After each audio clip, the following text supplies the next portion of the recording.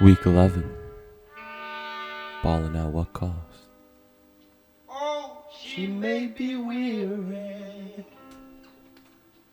Young girls, they do get weary. Wearing the same old shaggy dress, yeah.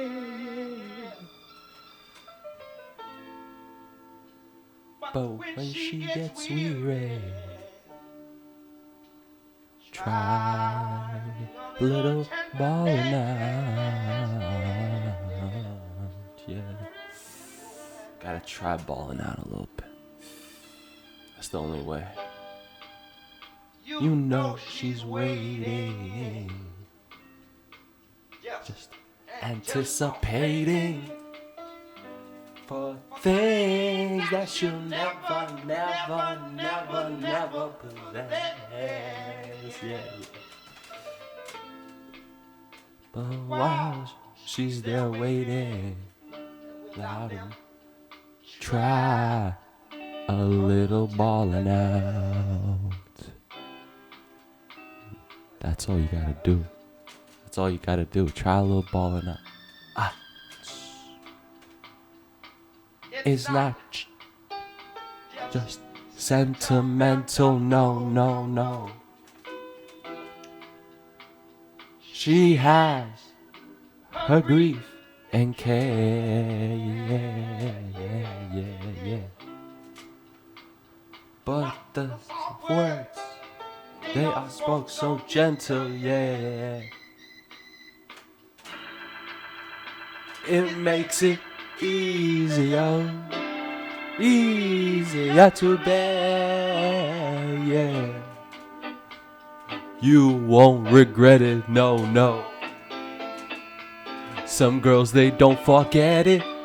Ballin' out what cost is their happiness, yeah.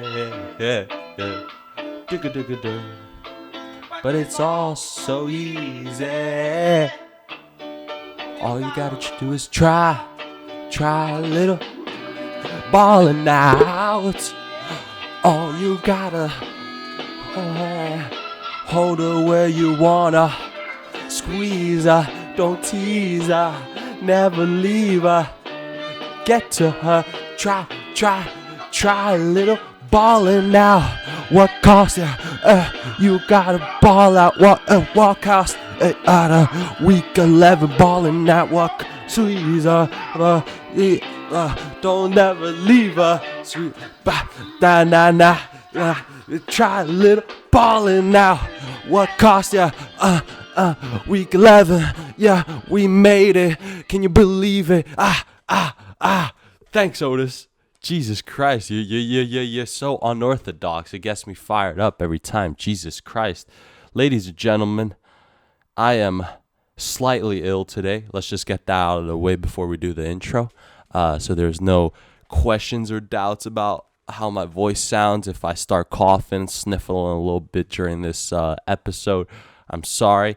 I tried to push this back as far as possible so I'd be like as close to recovered as I could be. So, and I am pretty much recovered. I just have a slightly stuffy nose and a small cough, but should be gone in a day or two. Ladies and gentlemen, I'm Alexi Pukanikin, and we're ballin' today, tomorrow, and most definitely yesterday. At what cost? It's great to be back. It's week 11. And we definitely have a lot to talk about. Okay, it ain't.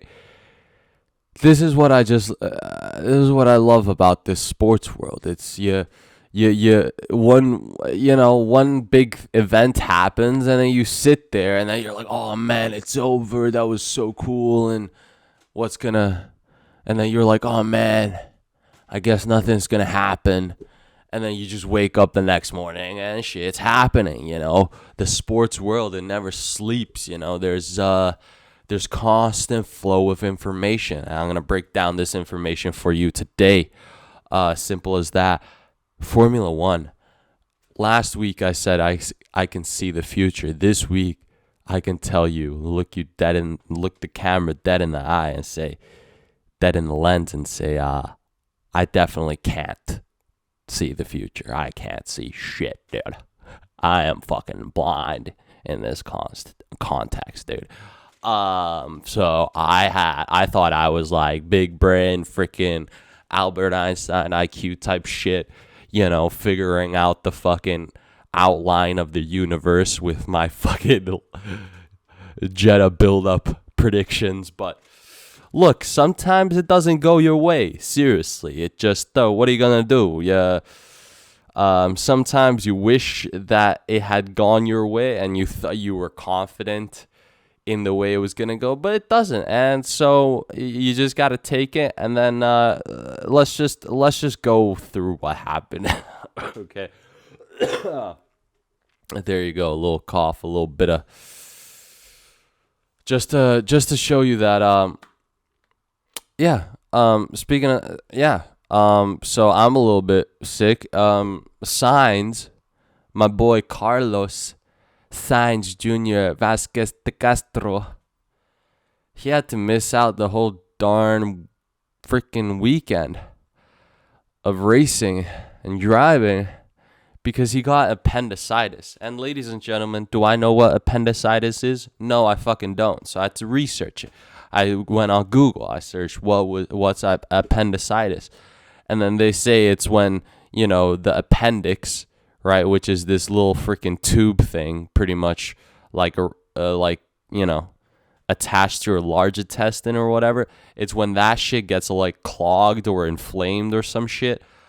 And then, but all the websites that like these official government or clinical websites or whatever that were claiming, what appendicitis is, they also, like, for some reason, they also said that they don't really know what an appendix does,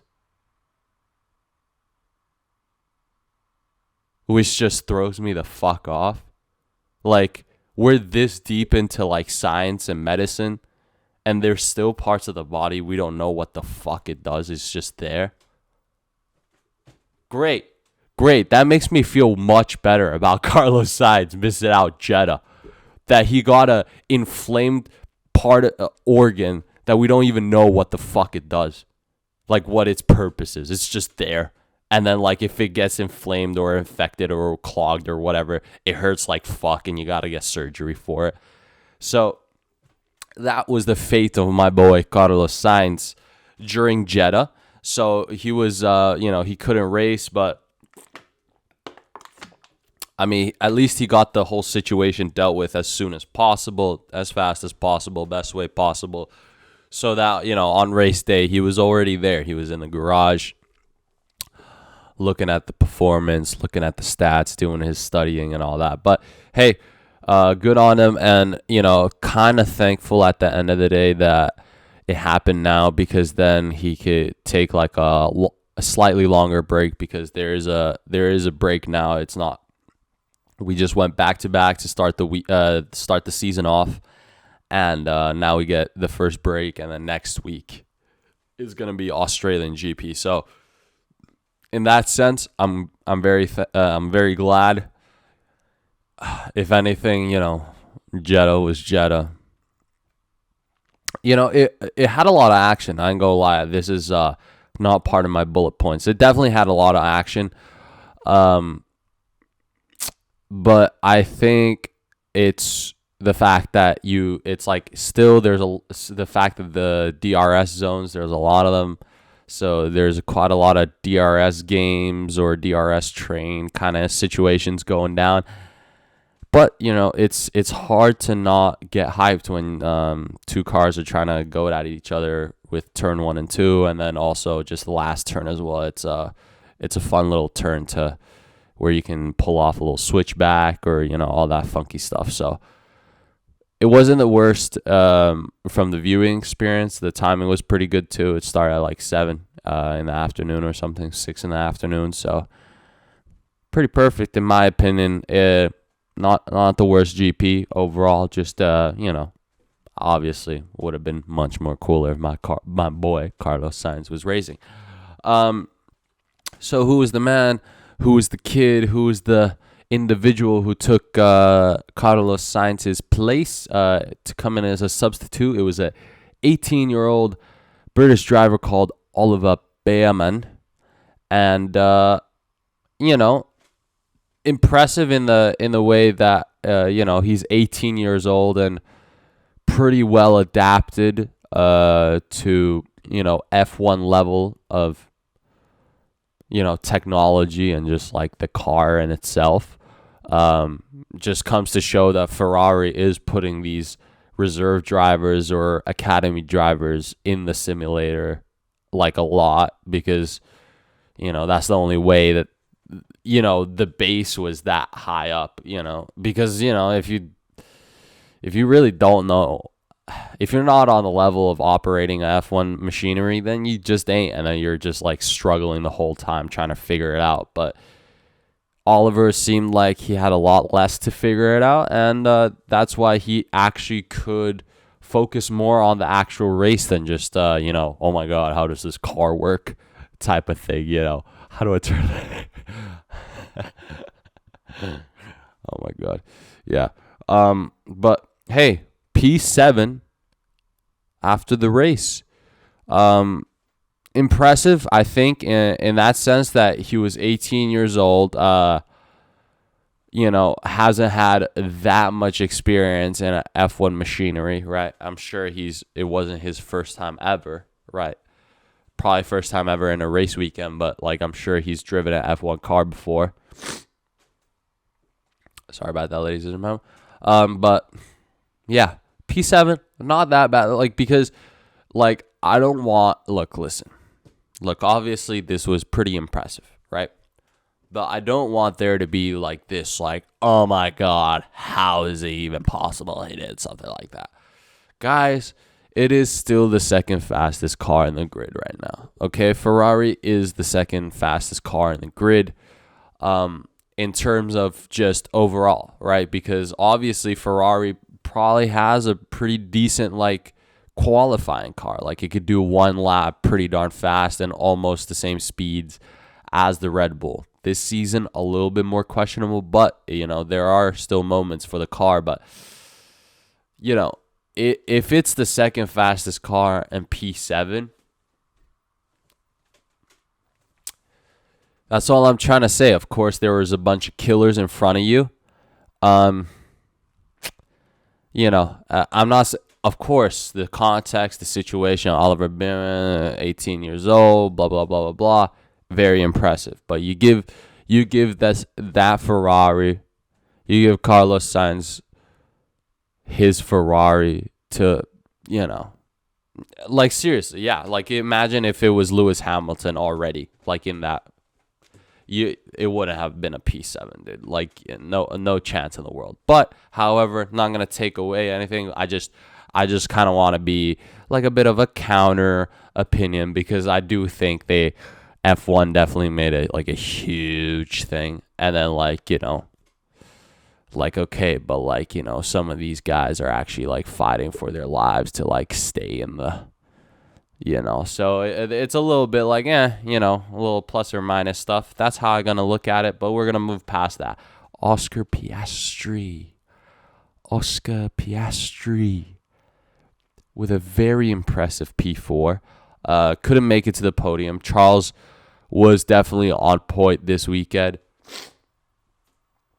So Charles Leclerc was able to grab that last podium spot, but Oscar Piastri, above legend like Fernando Alonso and all the other savages that are coming up behind him.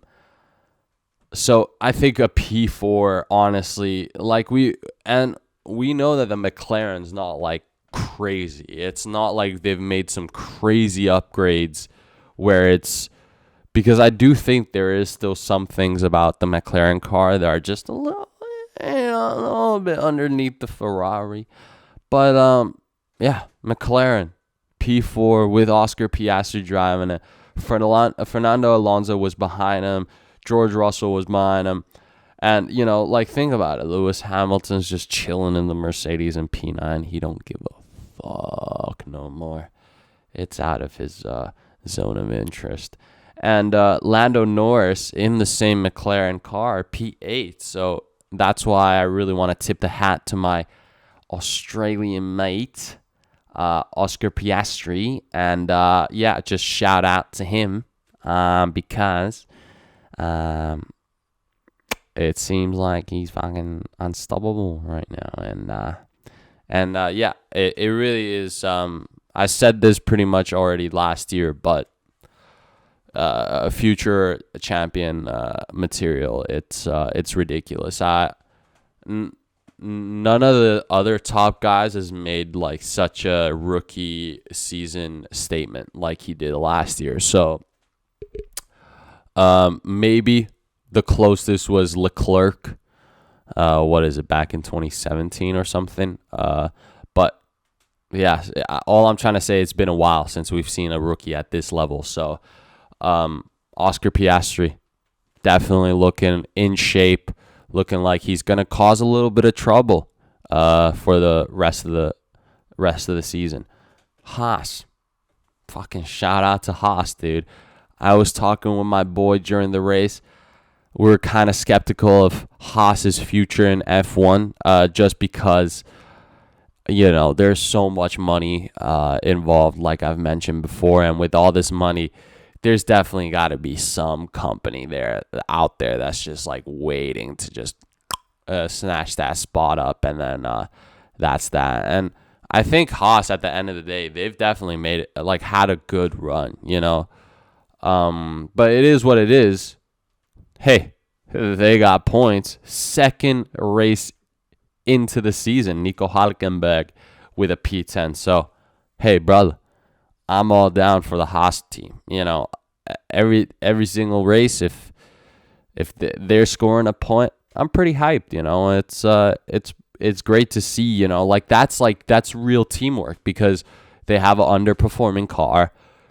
But they know that if they could get the most out of it, they could score a point or two, that's the great part, where it's just like you obviously have a goal, and it might be real difficult to achieve that goal, but they're going to give it their best every time. And look at that, second race into the season, they're already scoring a point, not point, a point, So, hey, good on Haas. Absolutely spectacular job for them.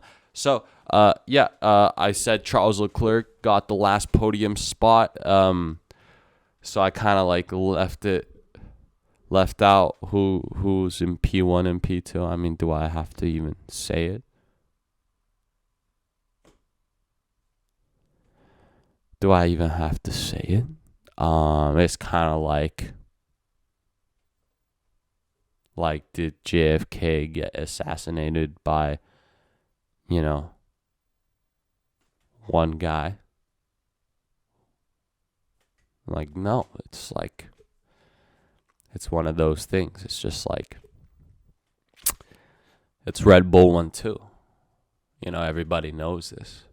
Like, everybody just knows this. Like, it's just how it is. Like, there's no way around it.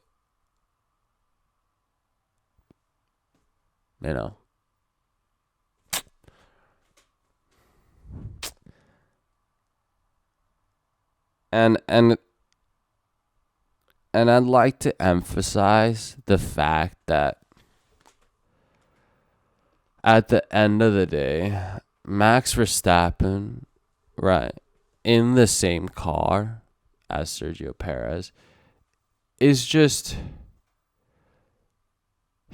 all the way up there, and no one's close. Like, I know it's been a while like this, but it truly is. Every time he gets on track, he's flawless. He's flawless. Flawless, guys, in a sport that even the slightest might cause you a big mistake, But no, he's just Yeah, guys. This man is so in tune with his machine that it's like I said this during the jet. Max Verstappen is driving the Red Bull like it's his car. No one else, I would almost claim that no one else on the grid drives their car like it's their car. They drive it like, oh, it's the team's car and they've built it and now I'm the operator of this car. But Max Verstappen, he drives it like, like this is mine. Like this is mine. Kind of like, okay, like everybody else is like my parents, they got a Volvo, and then my dad will be like, hey, I'm gonna take the Volvo and drive it around. That's how Max Verstappen drives this car around. He's like, yeah, that's my car. And then I drive my car however I want to, and I drive my car the way that, it's crazy, guys. It's like he's the one who, I think that's the level. That's the level that, that makes him so much better than everyone else. It's kind of, he's just going like, dude, this is like literally, like they've built this for me. Like they built this for me just so I can drive this motherfucker. And they didn't build this for someone else to drive this. They built this car just for me to drive it. So I'm going to drive the fuck out of it. And I do think Max Verstappen is thinking like, yeah, dude, I just fucking own like a multi-$100 million fucking car. Like that's just how it is. It's just mine, and I whip the fuck out of it. Get paid while doing it, bitch. So, Max Verstappen, you're absolute fucking inspiration, man. And I think the world of Formula One is gonna be fine with you just killing it this year because it's sensational. It really is. It's sensational. And if you guys are sketched out about the color of my water, it's definitely not piss. It's a little bit of a pineapple flavored electrolyte powder that I put in there. I'm a little bit ill. Got to get the electrolytes in. Recovery. All that funky stuff. I love it. Hey, let's get on to the next one. This one, oh man, I definitely, I like this. This I like. Good Night Sunshine, Miami. Oh boy. So, first time in a long time, I woke up for the early prelims. Look, I'm not going to cap to you guys. Let's just say I pretty much watched the whole event. I pretty much watched the whole UFC 299. There were a couple fights there that I kind of had to just make the tactical nap, just maybe nap like the first 2 rounds and then catch like half of the last round and the decision or something like that. That's kind of what I had to do. In order for me to survive. But hey, still a fantastic card, top to bottom. And we're going to start from the bottom. And the third fight of the night was Rebellis Despange or whatever the hell. Cuban brother, heavyweight. Knocks out people really fast. And that's exactly what he did. 18 seconds. It took Rebellis 18 seconds to TKO my boy Josh Parisian. And that's that. UFC debut, Cuban judo bronze medalist, and now looking like also a dangerous striker because he fully knocked out, or pretty much fully knocked out, Josh, while Josh was just sprinting at him with like punches, and Rebellis was just pretty much sprinting backwards and just throwing, and then one just lands perfectly, and that's that. This guy's going to be a real problem because, he's a judo bronze medalist, and he hasn't done a single bit of grappling yet, which is just ridiculous. He's just been knocking people out. So, yeah, performance of the night for him, looking like one of those dangerous prospects that we'll definitely see in the rankings within the next couple years, and then possibly fighting the bigger names in the division within the next few years. So, hey, congratulations. Welcome to the UFC, my brother. Second fight, it was Michel Pereira. Not second fight, but the fight after this. Michel Pereira, middleweight. We'll go to the middleweights, but Michel Pereira, probably one of the biggest middleweights there is. I think he's actually, build-wise, he looks bigger than Alex Pereira. Seriously. And, Alex Pereira, he made a middleweight, but he's up on the light heavyweight division now. Michel Pereira, pretty adamant with sticking at 185, but, he makes a weight, and then he looks fantastic during the fight. Went against Polish Mikhail Aleksiejczyk. And Michel Pereira definitely had that killer instinct. Definitely with his classic, high intensity kind of bursts, flurries a little bit. And round 1 minute, got the submission on the Polish man. And that's a submission too. He's gone knockouts before. Now he got another submission. So Michel Pereira at this point probably getting close, inching closer and closer to the top 15 rankings. Wouldn't be surprised if it happens soon after one more win, or if his next fight is going to be against a top 15 ranked fighter. So good on him. Great early prelims submission. Big men also, just to show you it ain't all about just big punching power when it's the bigger the size. Then we go to skip through a couple of fights just because it was a decision. We're on a schedule here. Going into the prelims, I want to just fucking put this out there. There was a lightweight bout between Mateusz Gamrot and RDA, Rafael Dos Anjos. And look, it was a tough matchup for Rafael Dos Anjos because Mateusz Gamrot is one of those really big, strong lightweights that does just cut a lot of weight and then makes the weight. I think Rafael Dos Anjos could have probably won the fight if they were just sticking to standing on their feet and striking. However, Mateusz Gamrot understood that if that was the case, then he would probably get caught by RDA. So Mateusz Gamrot went with the I just want to say the easy win route, where it's just control time, grapple, be on top, not inflict that much damage, but as long as it's control time, you're winning over the guy who's not in control. And it was 3 rounds of just hey, I'm gonna pin you down, and that's that.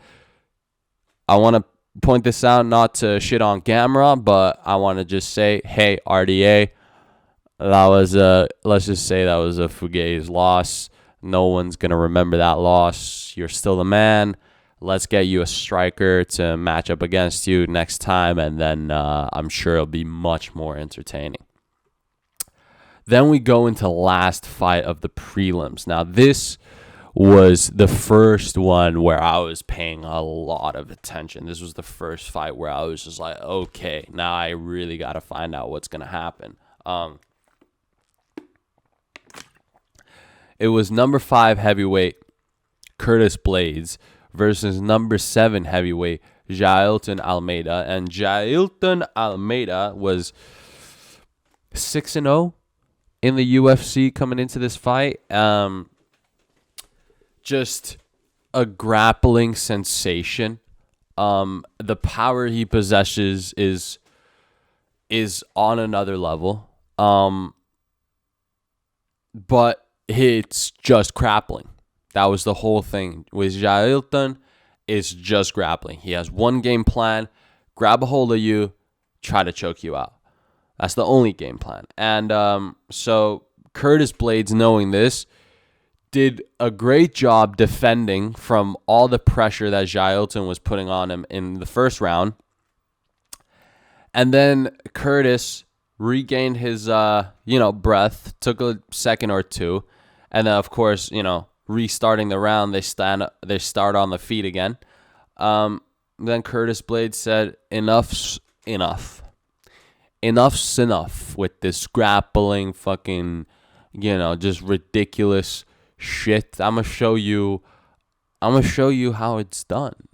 And that's what Curtis Blades did. Curtis Blades just decided, hey, look, you're gonna go for the takedown one more time. I'm gonna just sneak that quick uppercut, anticipate it, and then I'm just gonna start throwing the absolute haymakers that I'm known for. Curtis Blades, known for also quite a big or lengthy wingspan. So when that guy starts grounding and pounding and you're in the bottom position and he's just side to side, just those are straight up bombs, dude. It's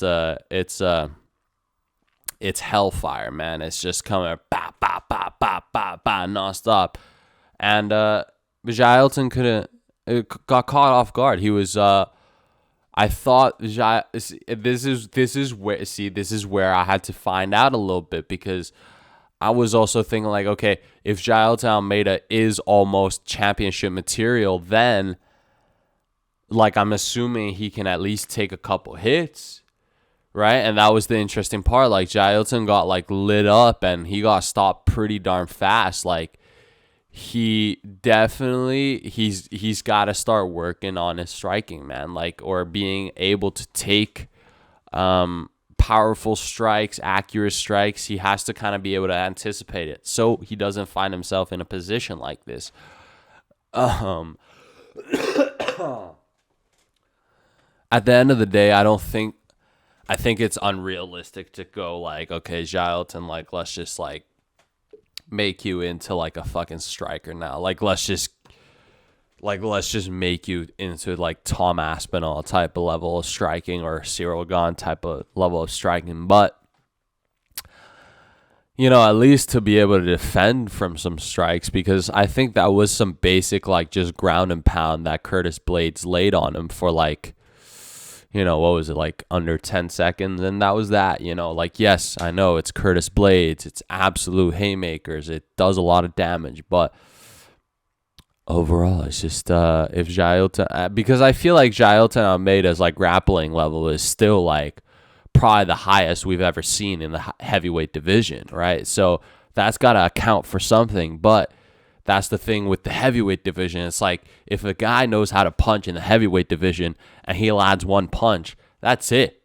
That's it. There's no questioning that fucking punch, dude. If that punch lands, dude, you ain't going to be like, dude, am I hurt from it? It's like, yeah, dude, you're pretty fucking rocked from that one punch. So that was the prelims. Very interesting. I was very, very surprised, but not at all mad. Like I was just like amazed. I was like, wow, mind blown, right? Because this is the type I want.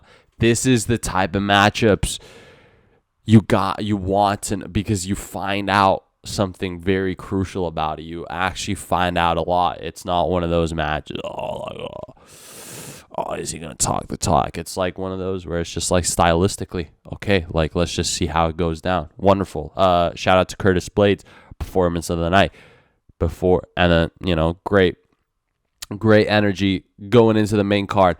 Petr Yan, number 4 in the bantamweight division. He went against Song Yadong, praised as one of the more promising prospects in the UFC. Guys, I think this fight went about as kind of how I expected. 3 rounds, high intensity, high velocity battle, just because these guys are bantamweights. It's really fast, but bantamweights still got definitely like power that you can't ignore. Not like the flyweight division. It's like flyweight still like, okay, you could get hit with a clean punch and you might still be able to play it off, but bantamweight, there is that certain level of danger, and these men, they both inflicted danger, and they both were able to, take a good amount of danger as well. And it went how it went. Petr Yan, with his extra level of experience and skill, was able to inflict more damage, have better striking, and have better defense. I'm not going to take anything away from my boy Song Yadong, because that's the thing. He went head to head all 3 rounds to the decision with a killer like Petr Yan. So this was, in my opinion, this was just a win for everybody. Petr Yan finally back in the win column. He's taken 3 tough losses in a row. Finally, he's back, ready to show everyone that he should be the real bantamweight king. And, I'm not going to say that he's bullshitting at all after that performance. I don't think he's lost his touch at all. I think it just showed you that he can really go to war. So, and the same with Song Yadong. He's still considered rather young in the UFC. He's 27 years old. Still has a lot of skills to learn, aspects of the MMA game to learn. And, like I said last episode, he's going to be champion one day. It's just going to take him a little bit longer, okay? But by the time he becomes champion, well, then I'll tell you, dude, he's going to be unstoppable. But at this point, hey, congratulations, both gentlemen. It was a hell of a war. And excited to see how this shapes up the 135 division for the upcoming fights, Now the next fight. Oh, good God. Oh, my God. This is just... Oh, I just love this man. Oh, this man is just... he's unbelievable. Unbelievable. So, Gilbert Burns, number 4 welterweight in the world. Jack Della Maddalena, number 11 in the welterweight division.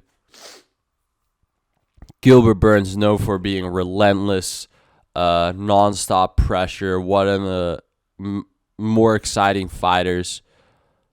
Just in general, I don't think you're ever going to get a boring fight with Gilbert Burns. And for 2 rounds, it was back and forth. First round, a little bit more back and forth, but the second round, a little bit more towards Gilbert Burns, because he started grappling, and very effective grappling too, with a little bit of ground and pound. And yeah, it was real interesting. I honestly had, just because I know I try to you always got to expect the worst type of thing. I thought Gilbert Burns was up 2 rounds going into the third. I thought I definitely that was the thing. I was still rooting for Jack Della Maddalena. I was okay, dude, you got this shit. He's obviously fighting back, but Gilbert Burns kind of within the first 2 rounds, I think he just overpowered JDM a little bit. And with that being said, I thought JDM, it was just fuck, man, what else can you do? Gilbert Burns is really putting it on him, and it's really it really is tough. JDM's kind of gotta do something unorthodox, or just kind of not go for a Hail Mary, but in that way, just try something different in order to possibly knock him out, TKO him, or something like that. And that's exactly what happened. Going third round, back and forth, a little bit of grappling from Gilbert Burns, but they're still standing up. And the second where JDM finally got a little distance, and he had calculated it to perfection, where he anticipated another takedown. JDM throws the knee when Gilbert Burns goes for the takedown. Knee lands perfectly on the forehead of Gilbert Burns. He gets stunned. JDM, like I said, has one of the strongest killer instincts there is out there. Saw that he got rocked and just instantly, I think, in my opinion, one of the more brutal ground and pound type of just finishers, just raining down elbows on Gilbert's face. And that was that with around a little over a minute left in the round, in the third round, in the last round. Jack Della, he pulls it off, man. He pulls it off. TKO win over to Gilbert Burns, which is just fantastic. Which is just, and then Joe Rogan goes into the octagon to get the interview. And Jack Della, like the savage he is like, yeah, caught him with the flying knee and, got the job done and, he grappled me, but, I didn't fear him and, great fight and, glad we put on the show and, for my next fight, Joe, well, I don't know. Well, that guy, Shavkat Rakhmonov, he seems like a fella that I can definitely go in the octagon with next. And so, maybe we can make that happen. And, thank you to everyone here in Miami. And, thank you, Joe. And, guys, that's the type of fighter we want, dude. I don't know. And, like, is it just me or is that, like, the scariest type of fighter?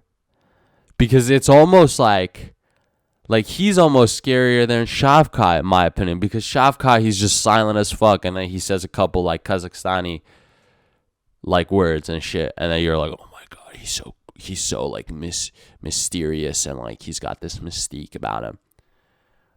But don't you think Jack Della at this point has a fuck? He just kind of like, he just goes in the fight and fucking just, like fucking, training camp went well and, weight cut's been fine and, just looking to go in there and, get the job done.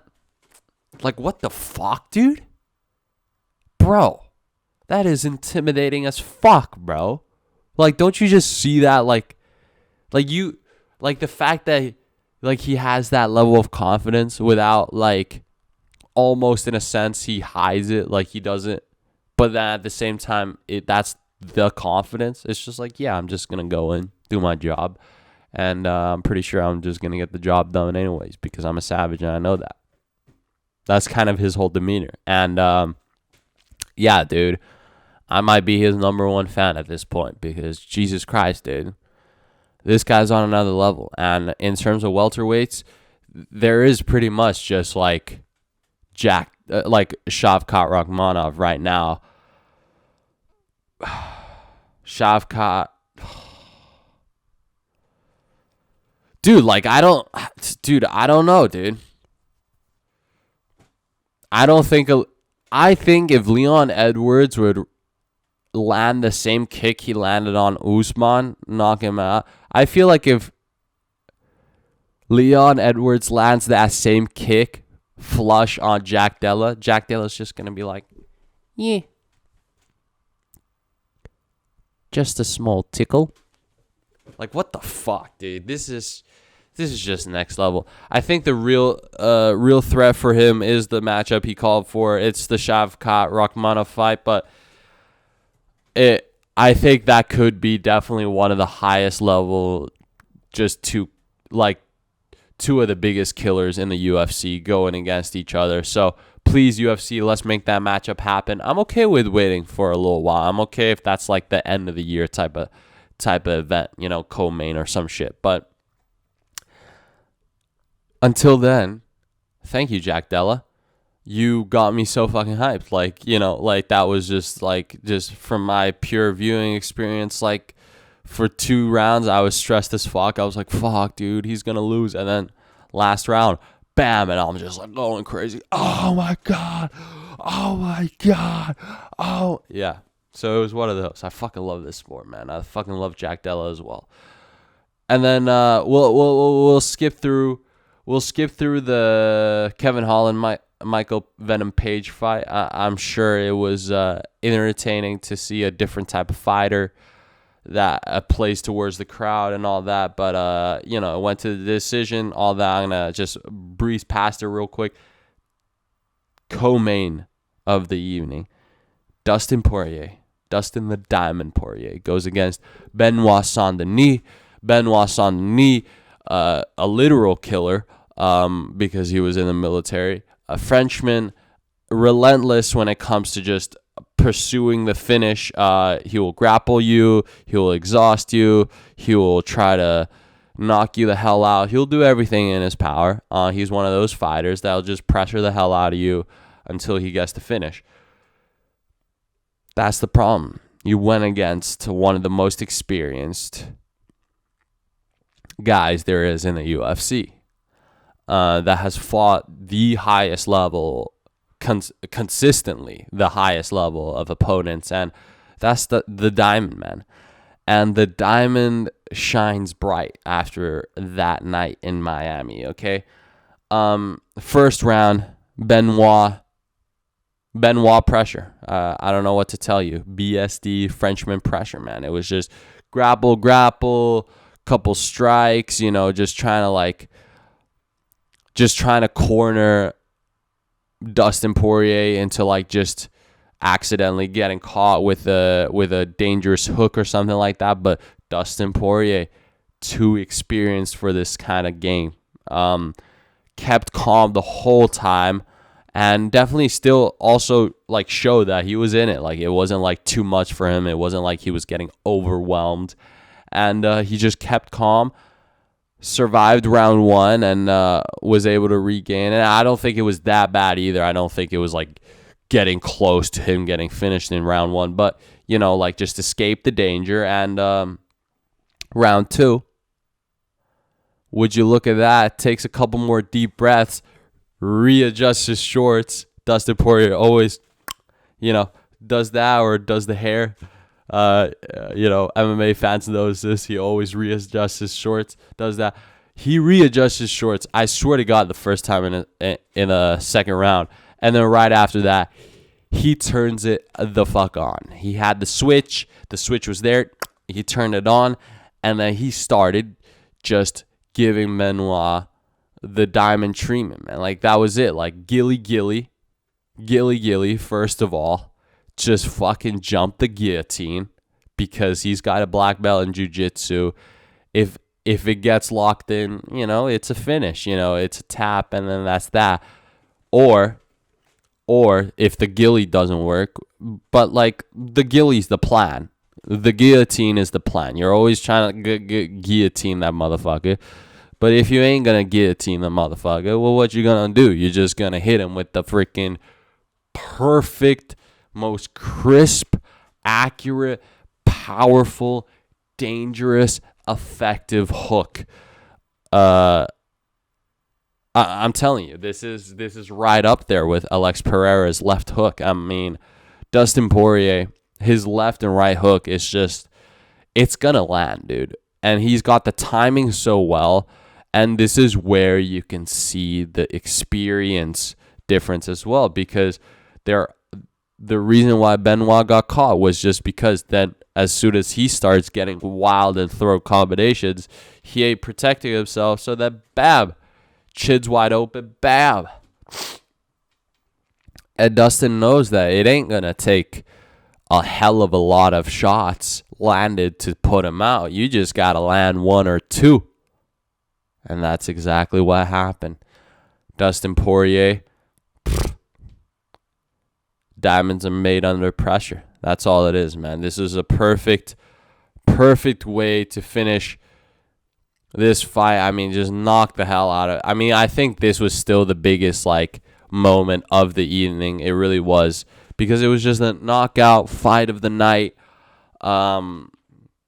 Crazy high level performance from Dustin Poirier, and that just shows, like Dana White said in the press conference, this is the thing. This is what legends do. Like, this is exactly like, you just take the dangerous matchup with an up and comer, and then you just say, nah, dude, this is my game. Like, you just got here.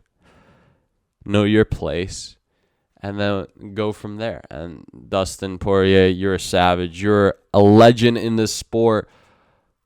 With that finish, most likely going to be the next one matching up against Islam Makhachev for the lightweight championship. I really do think if anyone deserves to go against Islam Makhachev to try to get that 155 belt, it is Dustin Poirier, because he's the one that's consistently proved that, hey man, no level of killer can get me. And even if I get caught, guess what? I'm going to come right back even better. All right. So congratulations, Dustin Poirier.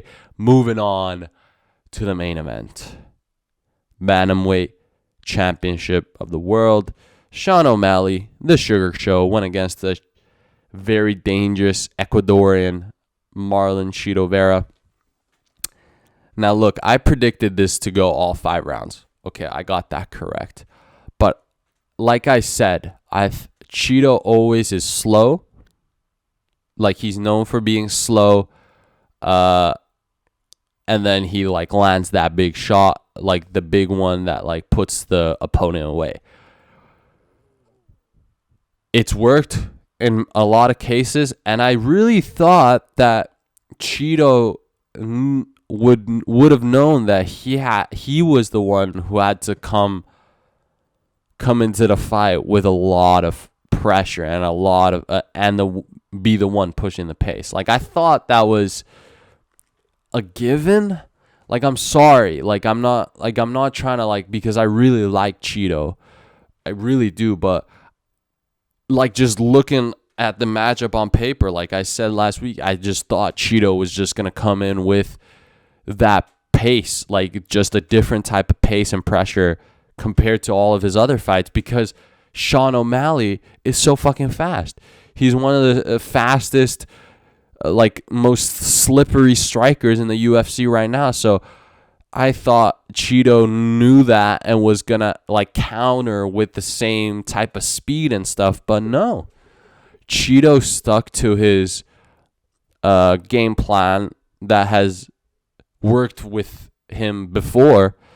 And Sean O'Malley stuck to his game plan. And in this matchup, I knew at least that Sean O'Malley's fighting style or striking style is going to beat, if it's going to go the distance, is going to beat Chito Vera's fighting style, because Sean O'Malley's, the Sugar Show's too fast, man. He's too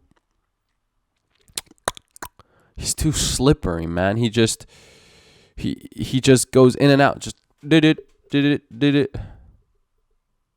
Dude, I'm pretty sure he's pretty good at sex, dude. Sean O'Malley is probably pretty good at sex, dude. In and out. Knows the pacing. Knows how to, Hey, man. I'm just saying that that's something a lady would definitely appreciate, during intimate times. But I'm getting a little off topic here.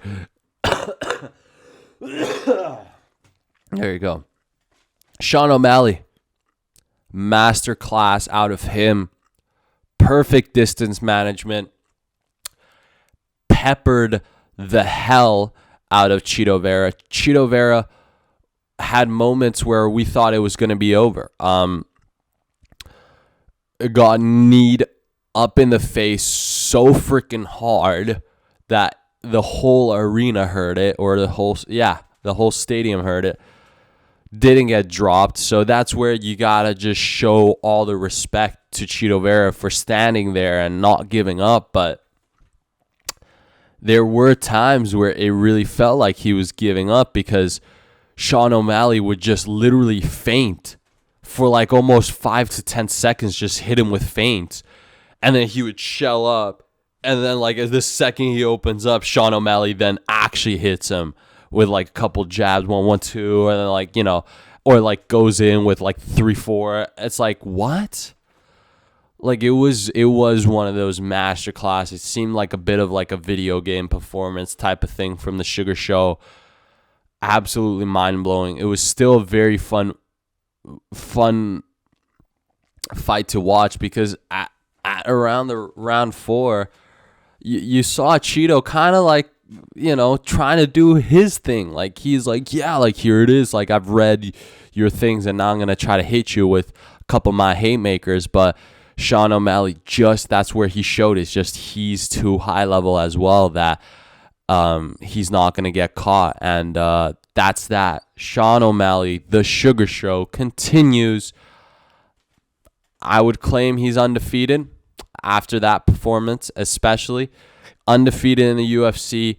Champion next fight probably with Merab, just because it's going to be quite a big fight. Stylistically, way different of a matchup. So, Sugar Show continues on after in Miami. And just thank you, UFC, for such an amazing event. UFC 299 definitely going to be up there in one of the best UFC events that I've seen ever. So shout out to the UFC, shout out Miami, shout out to the crowd, everybody that was there, all the athletes. Thank you for a hell of an evening. I appreciate it a lot. Now, going into the last topic that we're just going to skim through real quick, so we don't have to so it doesn't come as a shocker to anyone else later down the line, later in the year. We're going to talk about the NFL offseason real quick, okay? I don't know why I whispered that, but it's just like, we're going to keep it on the low a little bit. So first off, Russell Wilson. Russell Dobbs. Dangerous Wilson. Mr. Unlimited. God got him, and God told him, Pittsburgh Nation, Steelers Nation, here we go. We rock it with the Steelers. Now, hey, this is my theory. Just hold on for a second, okay? We're in the AFC. Okay, so now my boy, we've moved on to the AFC North. If you guys followed along last season, AFC North was going down, okay? Like, stuff was going down at AFC North, okay? We had the Browns, right, just battling up there with Joe Flacco just trying his best. We had the Steelers with Mike Tomlin still with a positive win-loss record by the end of the season. Almost made the playoffs. Then we had the Bengals as well. Bengals were somewhere there. They were struggling throughout the whole season. Burrow dealing with injuries pretty much that whole season. They were struggling, ups and downs. Still had a winning record at the end. And then number 1 was the Ravens, okay, with Lamar Jackson Jr., all that. Okay, my theory is Bengals, they're not looking like they're going to be like Super Bowl caliber next season, okay? So with that being said, there's a possibility they're going to be really struggling. And with the Browns as well. Joe Flacco actually left now. They signed Jameis Winston, which I'm going to talk about a little bit more later. But Browns, too, they're not making any like drastic measures right now in terms of improving the offense even.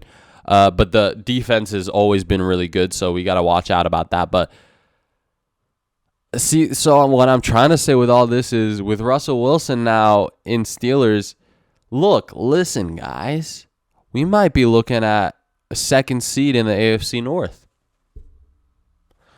Mike Tomlin's going to get that win record anyways.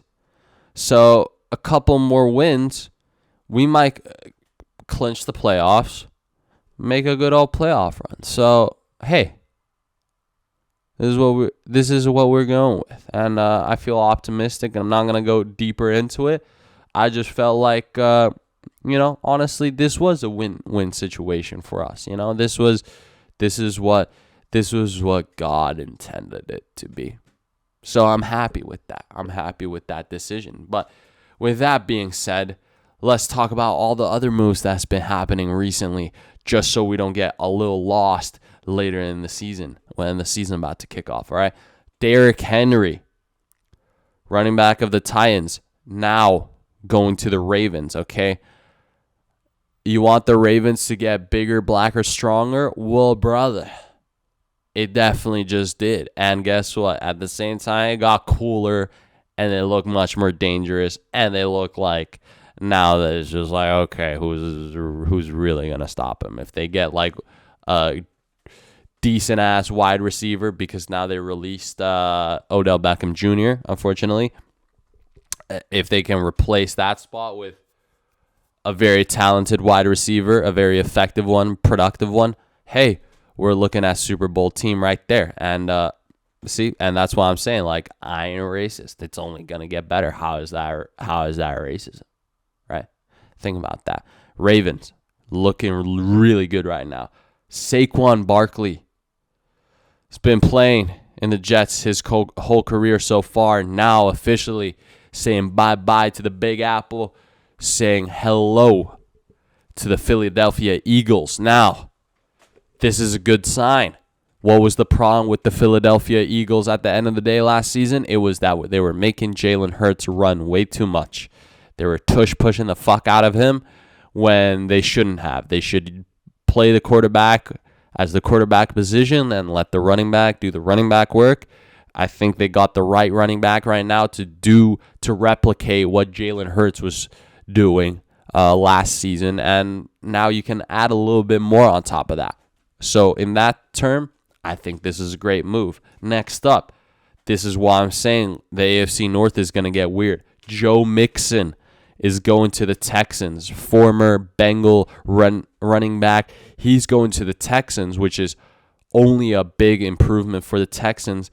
And at the same time, T. Higgins, the wide receiver, second string, I think, wide receiver. Jamar Chase's first string. I think he's second string or third string. I think he's second string. I think Tyler Boyd was third string. But T. Higgins now has requested a trade. So this is very interesting. With this being said, I really do think Bengals they won't mind doing kind of like a half rebuilding / recovering type of year next season. With Joe Burrow suffering a serious wrist injury and all that, you don't want to. That is an injury you do not want to rush at all. And now Jamar Chase is still there, which is great. I feel like that's like the most important kind of like duo within the Bengals. But I'm just saying, man, Bengals might be going through a little bit of slight changes coming in the next season. Josh Jacobs, former Raiders running back, is now going to the Packers, which is very interesting because I thought Josh Jacobs was one of the more effective running backs in the league, and being in the Raiders where the offense isn't like it isn't the craziest. So I thought Josh Jacobs was going to maybe stay there because how can you afford losing him? But he's going to the Packers, which is just, in my opinion, great on the Packers, a little slightly more sketchy for the Raiders.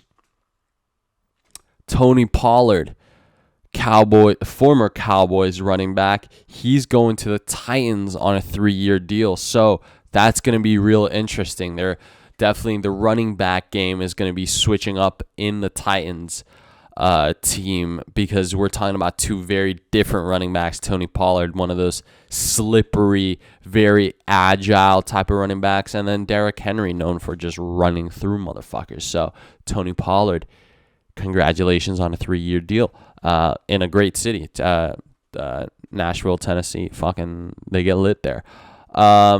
Calvin Ridley to the Jags on a 4-year deal. There was a lot of memes made about this. They could have signed A.J. Brown, who's a 26-year-old, for, about the same amount of money, but now they signed Calvin Ridley on a 4-year deal. And Calvin Ridley is definitely got a few more years of age compared to A.J. Brown. But, hey, they made the deal, and honestly, I kind of get what they're trying to do with the Titans, with the wide receivers.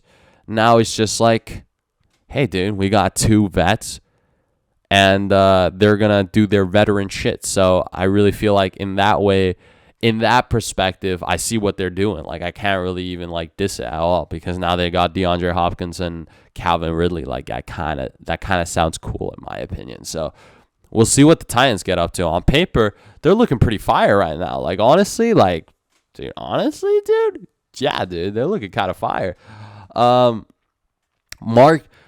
Marquise Hollywood Brown is going to the Chiefs. He's a wide receiver that I don't think a lot of people know about. He was in the Cardinals the past season. I don't know if he was there before that, but I know before the Cardinals, he was in the Browns. No, not the Browns. He was with the Ravens.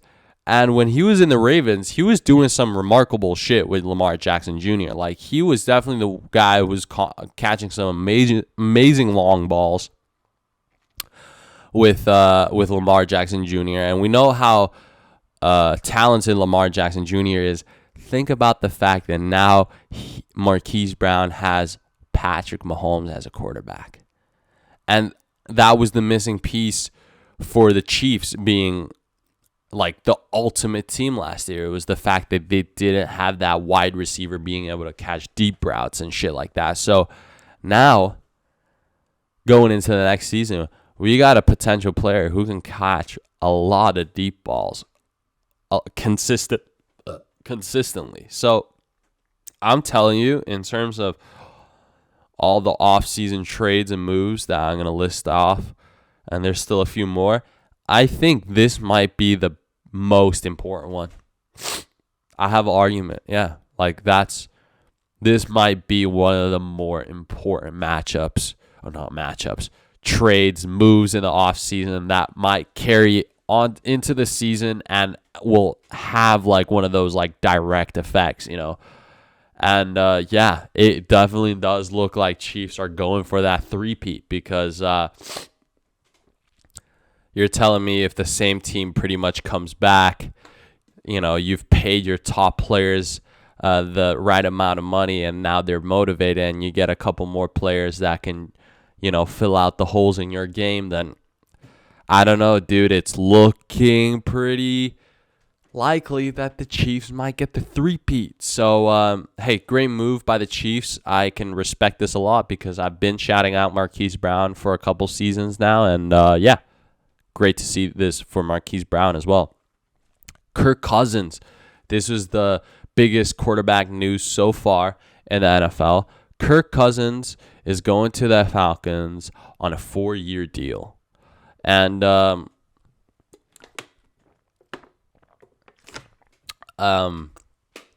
guess it's a big deal because everybody loves Kirk Cousins. And I mean, I love Kirk Cousins, and he is probably the widest man out there, and he's going to Atlanta, which is fucking just savage, right? And he's gonna be out there chilling with Quavo and shit, and all those rappers and shit, just getting iced out, freaking, getting lit. So hey, shout out to Kirk Cousins. I hope that within those 4 years, you'll be able to take the Falcons to the playoffs. It feels good. Love it when people get paid. Love it when there's a mix of culture a little bit. You gotta love it. Joe Flacco, after having a pretty strong season last year with the Browns, he explored a little in the offseason. He's going to the Colts on a 1-year deal, which I see as a win. Colts were struggling a little bit last year on the same level of their struggling levels were on the same level as the Browns, I'd say, and I think Joe Flacco was looking at the options and settled with Colts, and I think in terms of the Colts, I think this is definitely a move that you could be like, all right, yeah, no, it's fine. Like you could definitely take this and be happy with it. And for my boys, there are diehard Colts fans. I hope this was a great move. And Flacco, a Flacco jersey, Flacco Colts jersey. I might have to cop that for you boys because that's a pretty sick jersey. Anyways. Last couple quarterback offseason moves, and I'll stop this. I don't know how this became such a long episode. I guess I love talking when I'm a little bit of sick. Anyways, a little bit less dramatization, a little bit more fact and evidence and logic. Jameis Winston, like I said, goes to the Browns after being with the Saints. This is fantastic. Now he's going to be, I think, if Deshaun Watson is inactive, which, a lot of people, I guess, in a way, are going to expect him to be, then, hey, then my boy Jameis is going to be ready to put on a show, okay? And I fucking love Jameis Winston. He's truly a man touched by God and man who spreads nothing but positive energy. So at least Cleveland's going to be on a positive note. Starting off or into the off season. And lastly, just had to put it there, Gardner Minshew, arguably, Jesus. He's arguably Jesus. He's the resurrection of Jesus Christ. I mean, that's just how it is. He looks fantastic. He's got that long, luscious hair, great mustache. Looking healthy, looking fit, looking like he's improving as an athlete, as a quarterback, and he's signed a deal with the Raiders. So he's going to the Raiders. He's going to be out there in Las Vegas living a life. And at the same time, that's what Raiders really needed. And I feel like they're building this culture of let's just get the most just fucking, just the most unique looking white guys together. And then because I think if you just got Raiders with just basic looking white guys, that wouldn't fly with the Mexican fan base, So you got to get some white boys with a little spice in them. You know what I'm saying? With a little razzle dazzle. So in that sense, the Raiders are looking good as well. Max Crosby is definitely hyped. Hyped to be with a guy like Gardner Minshew and Minshew, vice versa. Hey, that's the off season. That's what we're looking at, week 11 into Ballin at What Cost 2024 season. Very excited. I'll report to you guys if anything goes down. Nothing really is going down this weekend, but I'm all right with that. I want to watch a couple more movies, maybe just recover, do some stuff and whatnot. Sometimes you got to be productive, man. It ain't all about just catching the sport because sometimes there ain't. So, ladies and gentlemen, hey, what a delightful, informative podcast we had this week. I'll be back next week with some more news, a little bit more hype, hopefully a little bit more energy. I feel like my energy was fine, though. Definitely try to keep it up this episode. But, hey, hope y'all have a great weekend. Hope y'all have a great day. It's your boy, Alexi Pukanikin. See you guys next week.